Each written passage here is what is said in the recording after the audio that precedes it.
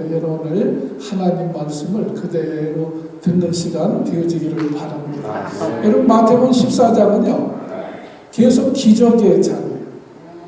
그래서 1절부터 21절까지는 오병이어로 떡 5개와 생선 2마리로 5,000명 먹인 사건, 그 기적의 이야기를 기록했습니다. 자, 오병이어의 기적이 있은 후에 예수님께서 제자들을 재촉해가지고 바다 건너편으로 가게 하셨어요. 배를 타고 바다 건너편으로 가는 겁니다. 날이 저물 때 이제 출발해서 가고, 예수님은 혼자 산으로 기도하러 올라가셨다는 거예요. 근데 제자들이 바다에 배를 타고 가다 보니까 바람이 일고 풍랑이 입니다. 그런데 밤 사경쯤 됐으니까 새벽 3시부터 6시 사이가 사경이에요. 그냥 어두컴컴합니다. 풍랑이 이니까 얼마나 무섭습니까? 근데 저쪽에 보니까 바다 위에 누가 걸어오는 거예요. 여러분 바다 위에 걸어오면 여러분 얼마나 무섭겠어요? 한밤중에 사람을 만나도 무서운데, 아니 바다 가운데 사람이 오니까 배 제자들이 놀라가지고 야 유령인가 보다, 유령이다, 막 유령이다 소리 지르면서 막 무서워했다는 게 겁이 얼마나 나겠어요.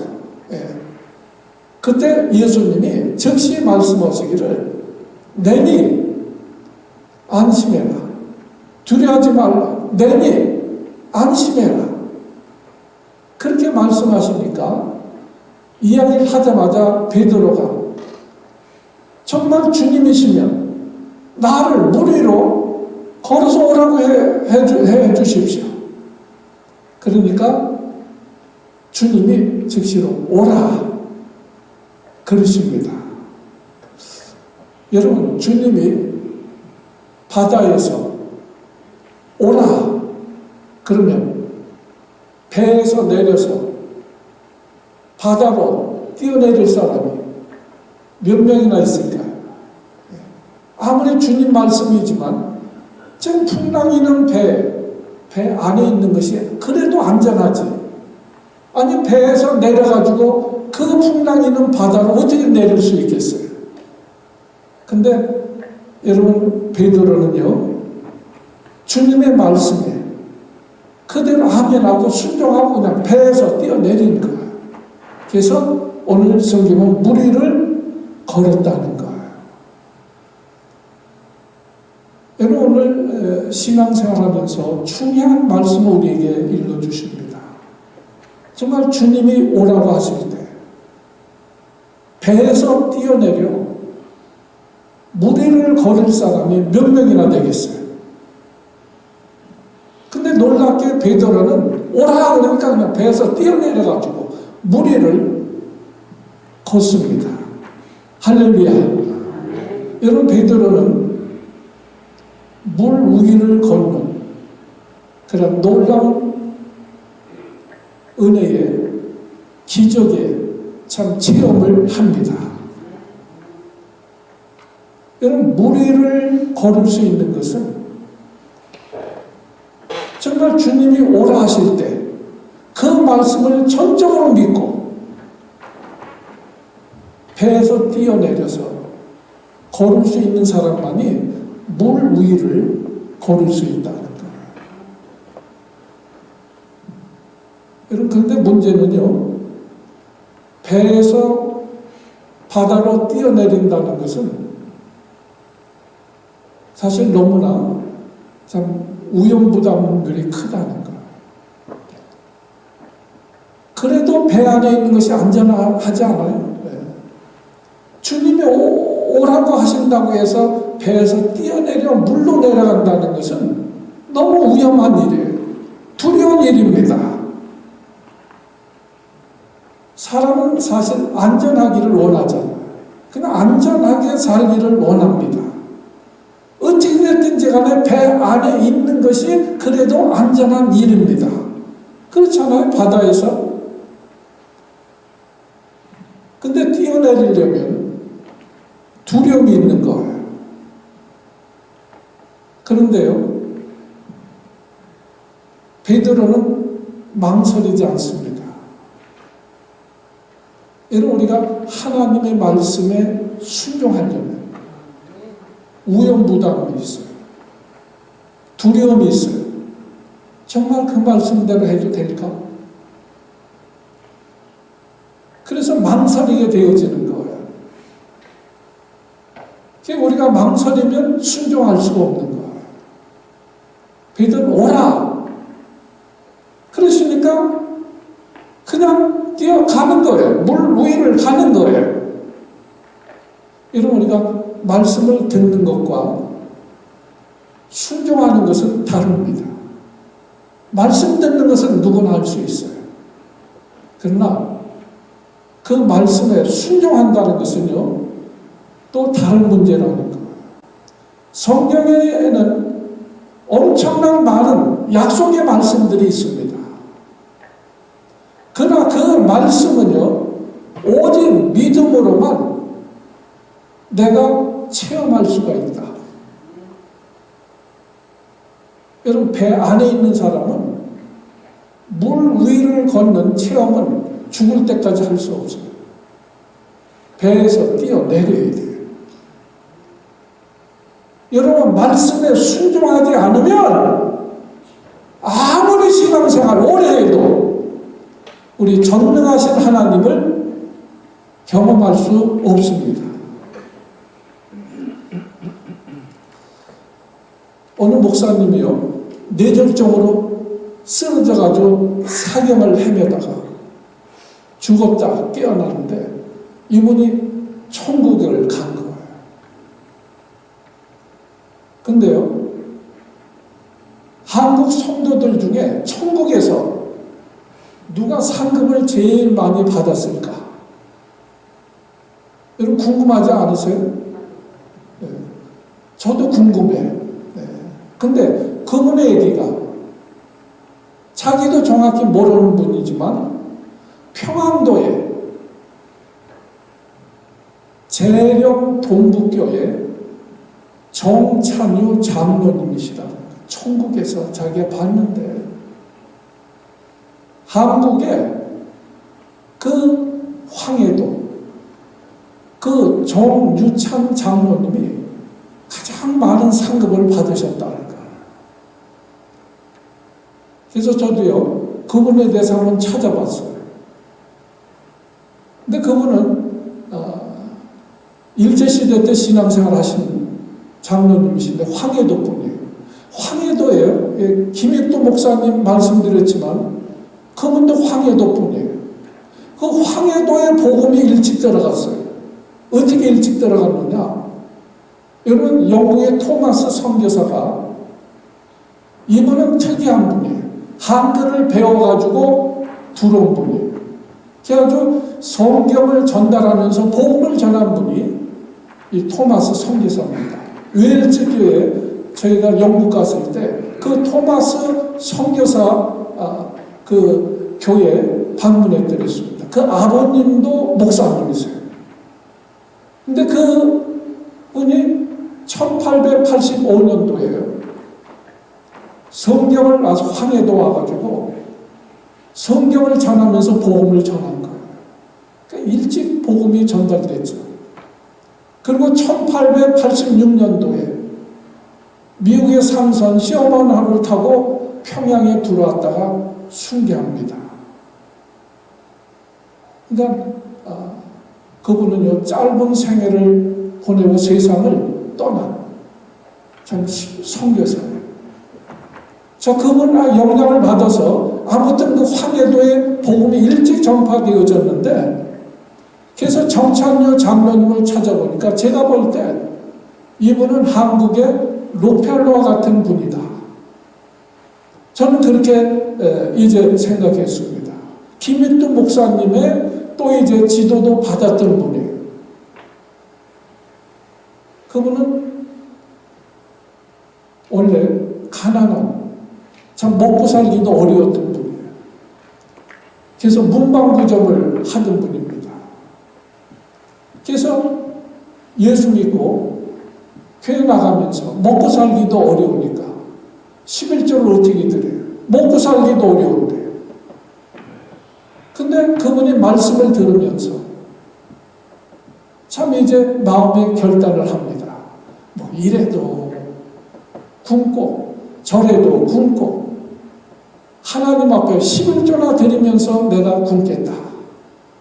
그런 결단을 하고 먹고 살기도 어려운데 11조 하기를 아주 결단합니다.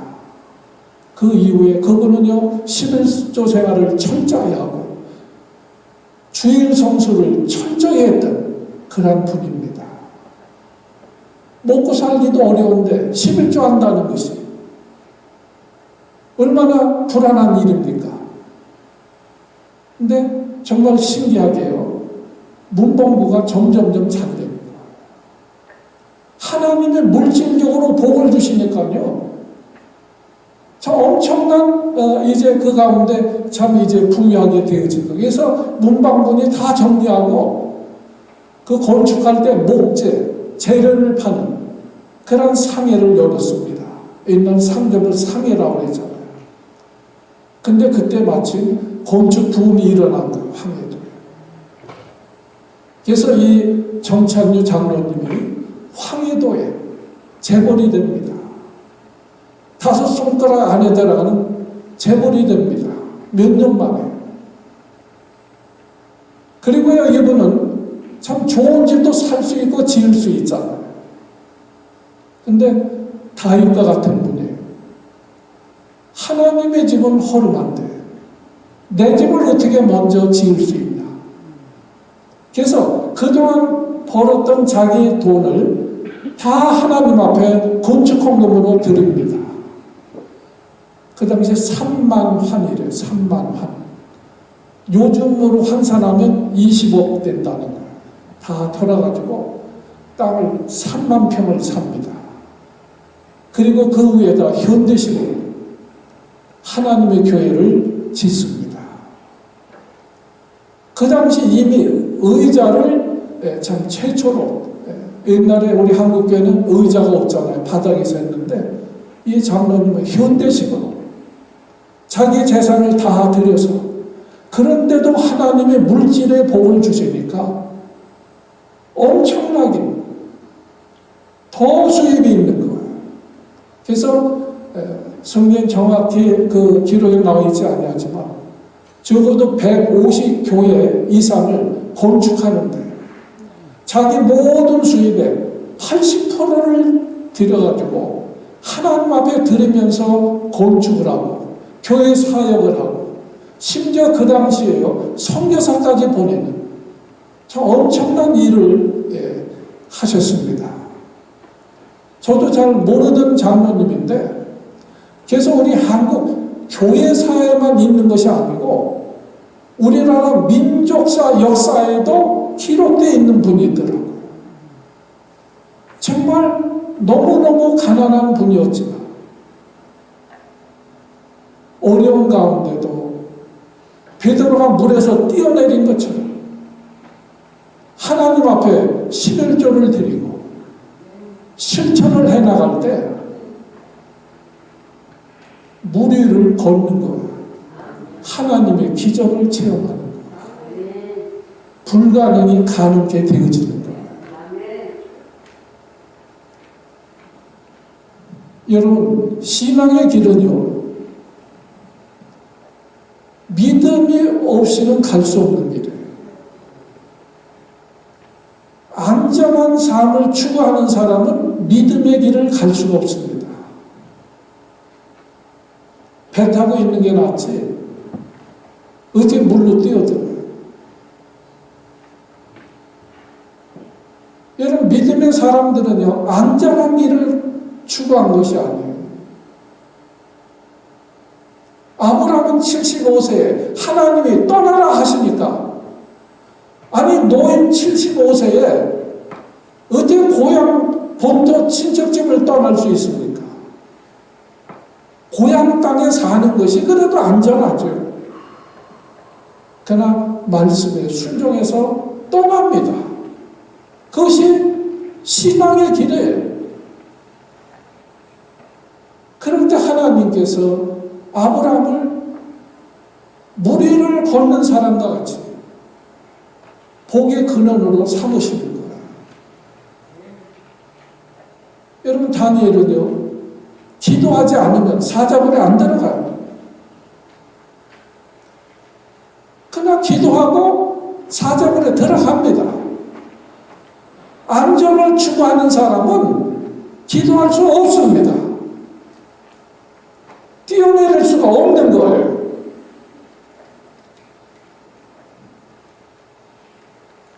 여러분, 그래서 신앙의 일은 뭐냐? 마태복음 16장 24절에 예수님이 이렇게 말씀하십니다. 예수께서 제자들에게 이르시되 아무든지 나를 따르려거든 자기를 부인하고 자기 십자가를 지고 나를 쫓을 것입니다. 만만치 않다는 거예요. 나를 따르려거든 자기를 부인하고 자기 십자가 지고, 십자가 진다는 건 뭐예요? 죽는다는 거예요. 죽어야 된다는 거예요. 자기 어떤 생각이나 자기 이성 가지고는 배에서 풍랑이 있는 바다로 뛰어내릴 수 없는 거예요. 부인하지 아니하고는 하나님 말씀에 순종할 수가 없는 거예요. 그래서 16장 25절에 염려서 이렇게 말씀하십니다. 누구든지 자기 목숨을 구원코자 하면 잃을 것이요. 누구든지 나를 위하여 제 목숨을 잃으면 얻게 될 것이다. 무슨 말씀이에요? 살고자 하면 죽는다. 그러나 죽고자 하고 말씀을 따르면 살게 되어진다. 그럼 주님이 오라고 하신다고 바다로 뛰어들 사람이 몇 명이나 있겠어요? 제정신 가지고는 못 떠내려요. 제정신 가지고 어떻게 바다에서 배 타고 있는 게 그래도 안전하지 어떻게 뛰어내리겠어요? 자기를 부인하고 자기 십자가를 지지 아니하고는 하나님 말씀대로 살 수 없다는 거예요. 그건 살고자 하면 죽는다는 거예요. 신앙은요, 그래서 날마다 죽어야 돼요. 그래야 사는 거예요. 아멘. 네. 여러분, 우리가 말씀대로 순종하려면 날마다 죽어야 됩니다.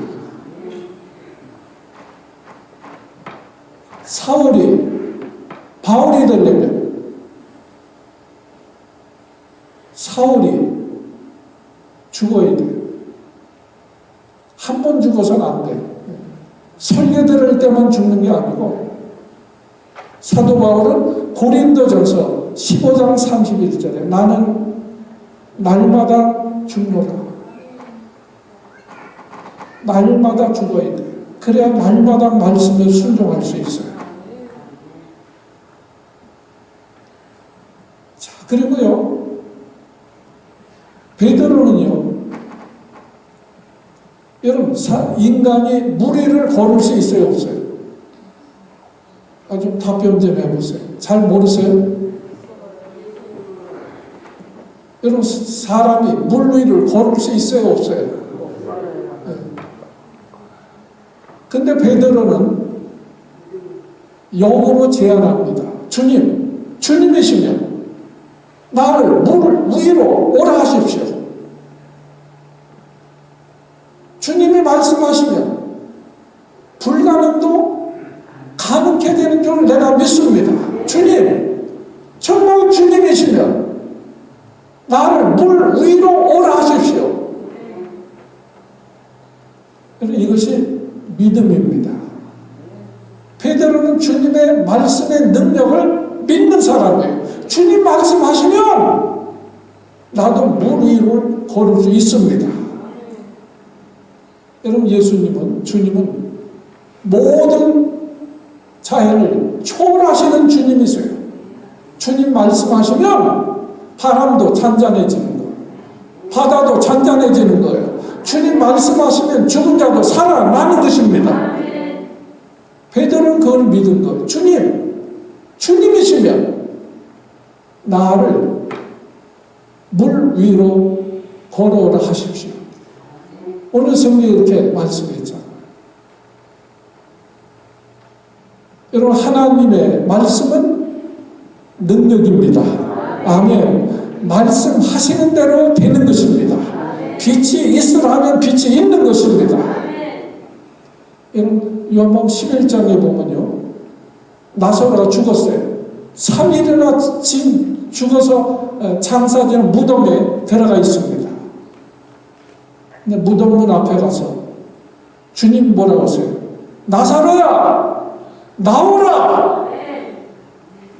그러니까 나사로가 수족을 동인 채로 나왔다고 성경은 기록을 하고 있습니다. 여러분이 믿으시면 아멘 합시다. 예수님이 나오라 하면 나오는 거예요. 일어나라! 그럼 일어나는 거예요. 야이로의 딸이 죽었어요. 주님이 달리다 쿵! 하니까 그 죽은 딸이 일어났어요. 달리다라는 말은 어린 소녀라는 말이에요. 쿵이라는 말은 일어나라는 말이에요. 그 당시 아람어입니다. 달리다 쿵! 일어나라! 하면 죽었던 어린아이가 일어나는 거예요. 일어나라 하면 안진뱅이가 일어나는 거예요. 그럼 주님은 오늘 베드로에게 오라! 베드로는 그 말씀을 그대로 믿었습니다. 그리고 배에서 내렸습니다. 그리고 주님을 바라보고 물 위를 걸었습니다. 여러분, 우리 신앙이라는 것은요, 진짜 신앙은 복잡하지 않아요. 심플합니다. 단순한 거예요. 말씀하시면 그대로 믿는 거예요. 이것 따지고 저것 따지는 사람은 여러분 순종할 수가 없습니다. 믿음은 그 말씀을 그대로 믿는 거예요. 믿는 자는 구원을 얻으리라. 아멘. 예수만 믿으면 제사함 받고 영생을 얻어 천국에 간다고 말씀하셨어요. 그럼 그 말씀 믿으면 그대로 되는 거예요. 자, 근데요, 베드로가 말씀에 순종해서 바다에 내렸잖아요. 걸어갑니다. 근데 잘 걸어가다가 어떻게 됐어요? 어떻게 됐어요? 빠졌다고 그랬어요. 빠졌다. 네. 여러분, 왜 빠졌습니까? 왜 빠졌어요? 30절 보세요. 30절에 보면 바람을 보고, 뭘 보고요? 바람을 보고 무서워 빠져가는지라. 주님 바라보고 걸어갈 때는 물 위를 걸었는데 바람을 바라보는 순간 무서워서 빠졌다. 여러분, 우리 믿음의 지속성이 중요합니다. 계속 물 위를 걸어야 되는데 빠졌다. 이것이 베드로의 한계고 또 우리의 한계입니다. 믿음이 오락가락한다는 거예요. 조속간에 변한다는 거예요. 물 위를 걷지만 언제 빠질지 몰라요. 여러분, 우리 인생이 그렇습니다. 신달자 씨가 쓴 물 위를 걷는 여자라는 소설이 있어요. 물 위를 걷는 여자. 거기 보면요, 물 위를 걸을 때는 환상적이죠. 저는 한순간에 나락으로 떨어질 수 있는 거예요. 인생이 그렇습니다. 아무도 자기 인생을 장담할 사람은 없습니다. 물 위를 걸을 때 우리 인생이 얼마나 위태롭습니까? 우리 말에도 있잖아요. 아슬아슬한 걸 뭐라 그래? 살 얼음판을 걸어간다고 했잖아요. 우리 인생이 살 얼음판을 걸어가는 것 같다. 우리의 신앙생활이 그렇습니다. 열심히 나오는 것 같지만 어느 때 안 보여요. 그 왜 그러냐면 시험 들었대. 시험 들은 게 뭐예요? 빠졌다는 거예요. 빠져서 허우적거리고 있다. 뭘 보고요? 바람을 보고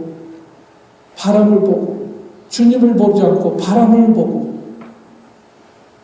여러분, 바람은 수시로 붑니다. 시험될 일은 우리 주변에 항상 있습니다. 우리를 늘 시험에 들게 하는 사람들도 있고 본인이 다른 사람 시험에 들게 하는 사람들도 있습니다. 그러나 태클을 건다고 해서 다 넘어지는 것은 아니에요. 내가 힘이 있으면 태클을 걸어도 넘어지지 않는 것입니다. 누가 시험을 준다 할지라도 받지 않으면 이길 수 있는 것입니다. 베드로가 물 위를 걷다가 빠졌어요. 물에 빠지면 당연한 거 아니에요? 여러분, 사람 물에 빠지면 물에 걷는 것이 당연해요? 빠지는 게 당연해요? 빠지면 당연하잖아요. 빠진 거 당연한 거야. 그리고 건져주시지 않냐고. 뭐라고 그러세요? 믿음이 작은 자요. 왜 의심하느냐? 이렇게 말씀하셨어요. 물에 빠진 게 당연한 것이 아니고 믿음이 작아서 빠졌다는 거예요. 바람을 보고 바람이 문제가 아니고 풍랑이 문제가 아니고 내 믿음이 문제라는 거예요. 믿음만 있으면 바람이 불어도 풍랑이 일어도 문제가 되지 않는다는 거예요. 당연히 빠지는 것이 아니고 믿음이 있으면 물 위를 걸을 수 있다. 오늘 그 말씀입니다.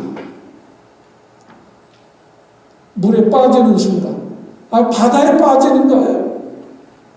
그러니까 허우적거리면서 베드로가 부르짖습니다. 주여, 나를 구원해 주소서. 여러분, 이것도 또 우리 믿음입니다. 여러분, 우리가 물에 빠지면, 허우적거리면 주님께 부르짖어야 돼요. 고난당한다고 했어요. 고난당할 때 주님 앞에 기도해야 돼요. 그게 믿음입니다. 주님, 나를 구원해 주소서. 바다에 빠졌는데 누가 구원해 줄 수 있어요? 바다에 빠진 사람을 누가 구원해 줄 수 있어요? 우리 인생을 누가 구원할 수 있습니까? 주님밖에는 구원할 자가 없는 거예요. 그래서 그 부르짖을 때 31절에 보니까 예수께서 즉시 손을 내밀어서 붙잡으시면서 구원하시면서 뭐라고 그래요? 이르시되 믿음이 작은 자, 왜 의심하느냐? 왜 의심해? 무슨 얘기예요? 믿음이 있으면 계속 물 위를 걸을 수 있었는데 믿음이 적어서 빠졌다는 거예요. 여러분, 작은 믿음이 뭐예요? 왜 믿음이 이렇게 작으냐? 확실한 믿음이 아니라, 확고한 믿음이 아니라 흔들리는 믿음이라는 거예요. 어느 때 믿음이 있는 것 같은데 또 어느 때는 믿음이 없어.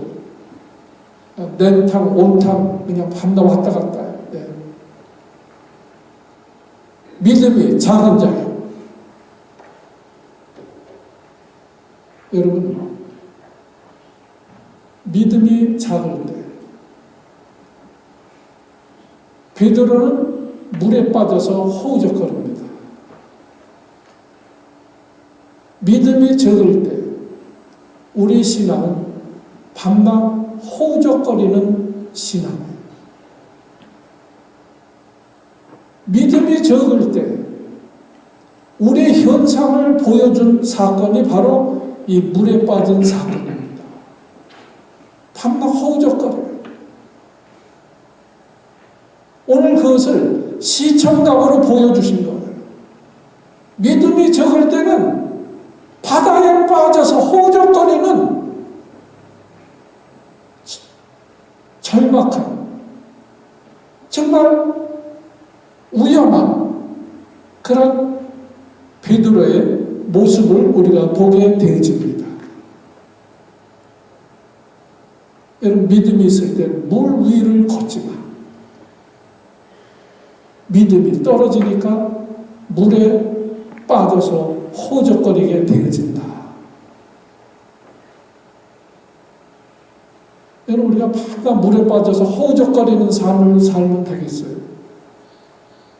하나님의 은혜와 기적과 축복을 체험하면서 정말 물 위를 걸을 수 있는 이런 믿음의 사람들이 되어져야죠.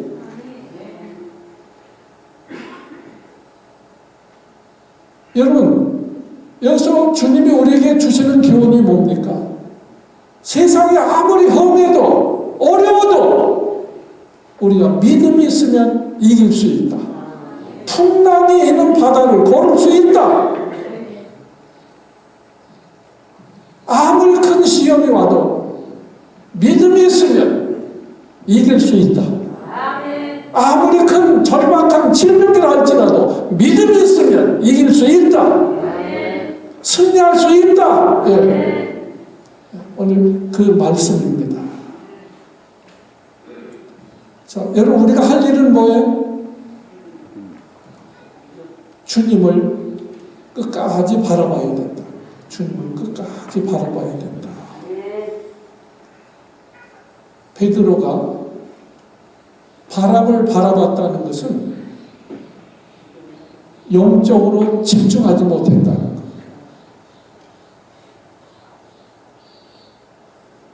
여러분, 요즘 시대의 특징 중에 하나가 뭡니까? 산만함이라고 해요. 산만함.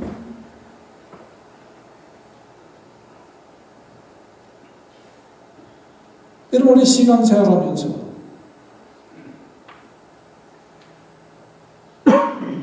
우리가 주님만 바라봐야지. 뭘 이것저것 바라봅니까? 우리가 교회 와서 예배 드리면서도 우리의 생각과 마음이 집중되지 아니하고 산만하다는 거예요. 네, 산만하다. 네. 여러분, 우리가 예수를 믿는다 그러면서도 우리 마음에서 무엇인가 자꾸 빼앗아가는, 우리 시선을 빼앗아가고 우리의 생각을 빼앗아가는 산만함이 우리에게 있다는 것. 그럴 때는 여러분, 물에 바다에 빠질 수밖에 없다. 여러분, 베드로 같은 수제자도 말씀을 믿고 주님 바라보고 갈 때는 물 위를 걸었지만 바람을 바라보는 순간 빠졌다는 거예요. 빠졌다. 이것을 기억하십시오. 여러분, 우리 신앙생활에서 가장 중요한 것이 뭐예요? 여러분, 어떤 경우에도 우리 시야를 잃어버리면 안 돼요. 주님을 바라봐야 됩니다. 주님께 집중해야 됩니다.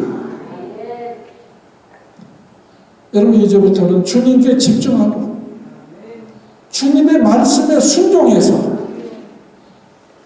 물 위를 걷는, 정말 불가능을 가능케 하는 이런 놀라운 믿음의 저와 여러분들 되어지시길 주의 이름으로 축복합니다. 우리 기도합니다.